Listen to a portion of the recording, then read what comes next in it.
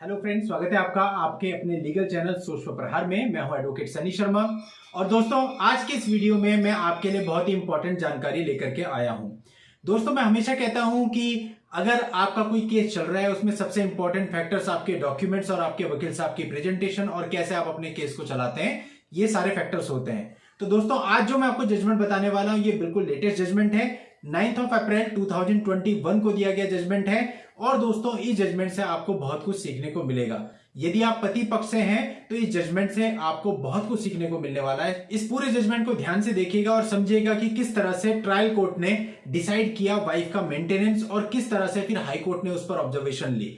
तो दोस्तों, पूरी जानकारी के लिए मेरे साथ इस वीडियो में स्टार्टिंग से एंड तक बने रहिएगा। वीडियो को स्किप बिल्कुल मत कीजिएगा। और यदि आप चैनल पर पहली बार आ रहे हैं, अभी तक आपने चैनल को सब्सक्राइब नहीं किया है, तो चैनल को सब्सक्राइब करके नोटिफिकेशन बेल पर जरूर क्लिक कर लें, ताकि फ्यूचर में जब भी मैं ऐसी कोई वीडियो आप लोगों के लिए लेकर के आऊं तो उसकी जानकारी आपको सबसे पहले मिले।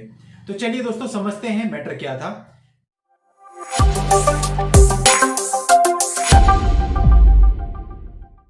मैटर ये था कि ट्रायल कोर्ट में वाइफ ने section 24 of Hindu marriage act में मेंटेनेंस के लिए एक एप्लीकेशन लगाई। इस एप्लीकेशन में वाइफ ने 30,000 पर मंथ की डिमांड करी और इसके साथ साथ लिटिगेशन एक्सपेंसेस के रूप में 75,000 रुपीज पर मंथ की डिमांड करी। यहां पे दोस्तों, सबसे पहले मैं आपको बता देता हूं कि section 24 of Hindu marriage act gender neutral है, यानी कि ऐसा नहीं है कि केवल महिलाएं ही इसका उपयोग कर सकती हैं। दोनों पक्षों में से, दोनों हिंदू पार्टीज में से ऐसी कोई भी पार्टी जिसकी इंडिपेंडेंट इनकम नहीं है, वो दूसरे पर डिपेंड है, वो इस धारा के अंतर्गत मेंटेनेंस की डिमांड कर सकती है, मेंटेनेंस का क्लेम कर सकती है। तो खैर, इस मामले में वाइफ ने मेंटेनेंस का क्लेम किया। अब दोस्तों, जैसे आप जानते भी हैं कि वाइफ तो ऑब्वियसली हस्बैंड की जो इनकम होगी वो ज्यादा से ज्यादा बताने की कोशिश करेगी, और जो हस्बैंड होता है वो अपनी इनकम को कम से कम दिखाने की कोशिश करेगा, या फिर आप ये कहिए करनी चाहिए।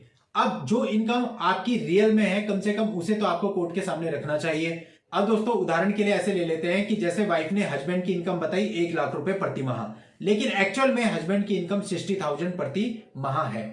तो अब ये हस्बैंड की जिम्मेदारी है कि वो समय से कोर्ट को ये बताए कि मेरी इनकम 1 लाख रुपए नहीं 60,000 रुपए प्रति माह है। और इसी तरह से अगर और भी कुछ पहलू है, यानी कि वाइफ यदि एजुकेटेड है, वो कहीं पे नौकरी कर रही है, किसी प्रकार की और अर्निंग उसकी है, किसी प्रकार के अदर अर्निंग सोर्सेज है, किसी प्रकार का कोई रेंट प्रॉपर्टी है जिससे उसे पैसा आ रहा है, तो ये सब कोर्ट के सामने लाने की जिम्मेदारी आपकी और आपके वकील साहब की है। यदि हस्बैंड पक्ष इंटरिम पर अच्छी बहस नहीं करेगा, यानी कि कोर्ट के सामने सारे तथ्य नहीं रखेगा, जो कुछ वाइफ ने कहा उसका ऑब्जेक्शन नहीं करेगा, तो दोस्तों फिर ऐसे में क्या होगा? ऐसे में तो सीधी सी बात है कि कोर्ट केवल वाइफ की बात को ही सही मानेगी। जब आपने कोई ऑब्जेक्शन ही नहीं दिया तो वाइफ जो कह रही है आप उससे संतुष्ट हो, ऐसा माना जाएगा। इसलिए दोस्तों, आपको अपनी तरफ से अपने सारे एविडेंस कोर्ट के सामने रखने होते हैं। दोस्तों, इस मामले में वाइफ ने हस्बैंड की अर्निंग कोर्ट को बताई, लेकिन हस्बैंड ने अपनी तरफ से कोई भी स्पष्टीकरण नहीं दिया।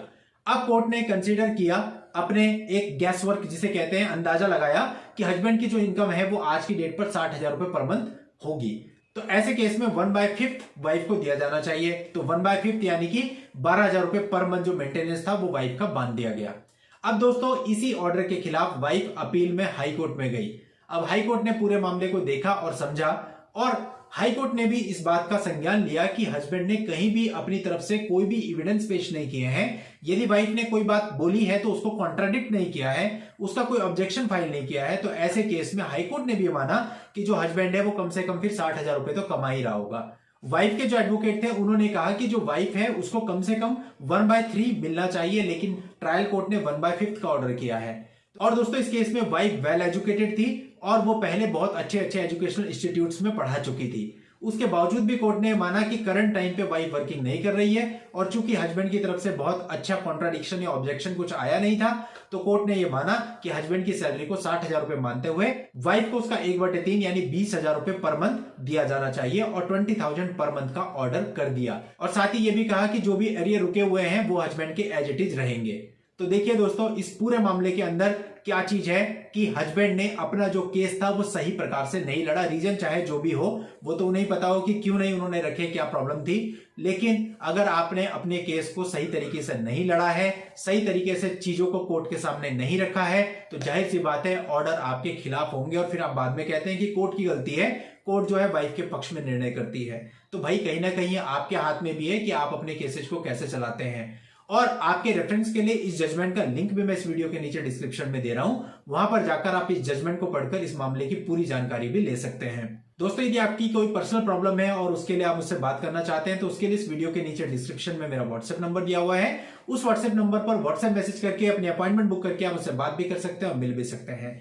नेक्स्ट वीडियो में नई लीगल जानकारी के साथ मैं आपसे फिर मिलता हूं। तब तक के लिए goodbye and thank you for watching. Take care.